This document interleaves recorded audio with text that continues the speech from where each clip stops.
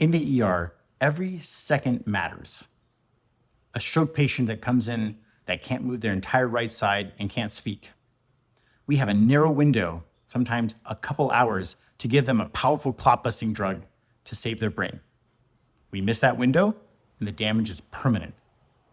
Take, for example, a trauma patient. Too much blood loss for too long, and no surgery in the world can bring them back. Time isn't a detail in medicine. It's life or death. And here's what most people don't realize. The same is true in everyday health. Not necessarily in minutes and hours like in the ER, but in daily rhythms, your body's circadian clocks. Circadian biology regulates everything, from hormones to immunity to metabolism, even how your cells repair DNA. That's how we prevent cancer. Take metabolism, for example. In the morning, insulin sensitivity is at its highest.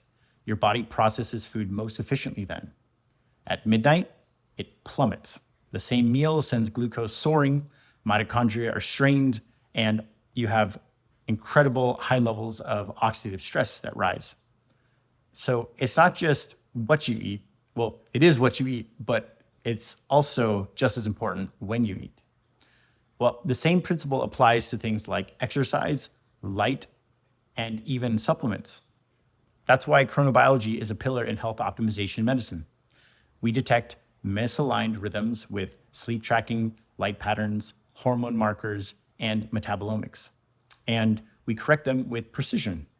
So morning sunlight before screens, meals that align with daylight, supplements at the right hour, restorative nighttime rituals that help cue repair.